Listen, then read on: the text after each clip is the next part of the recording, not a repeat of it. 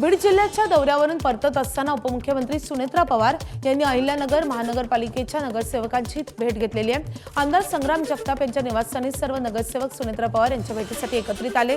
यावेळी नगरसेवकांनी विकास कामासाठी 600 कोटीच्या निधीची मागणी केली आहे, तर निधी मिळवून देण्यासाठी पाठपुरावा करणार असल्याचं आश्वासन सुनेत्रा पवारांनी दिलं आहे। सगळेच नगरसेवक मला भेटले, त्यांनी एक निवेदन दिलेलं आहे निधीच्या मागणीसाठी। तर आपल्याला माहिती आहे की मागच्या वर्षी दादांनी अनेक प्रोजेक्टसाठी निधी दिला होता आणि ते प्रोजेक्ट आता जवळजवळ पूर्ण झालेले आहेत, काही प्रलंबित आहेत थोड्या निधीसाठी।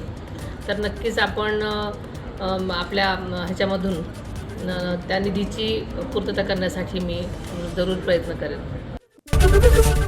एबीपी माझा, उघडा डोळे बघा नीट।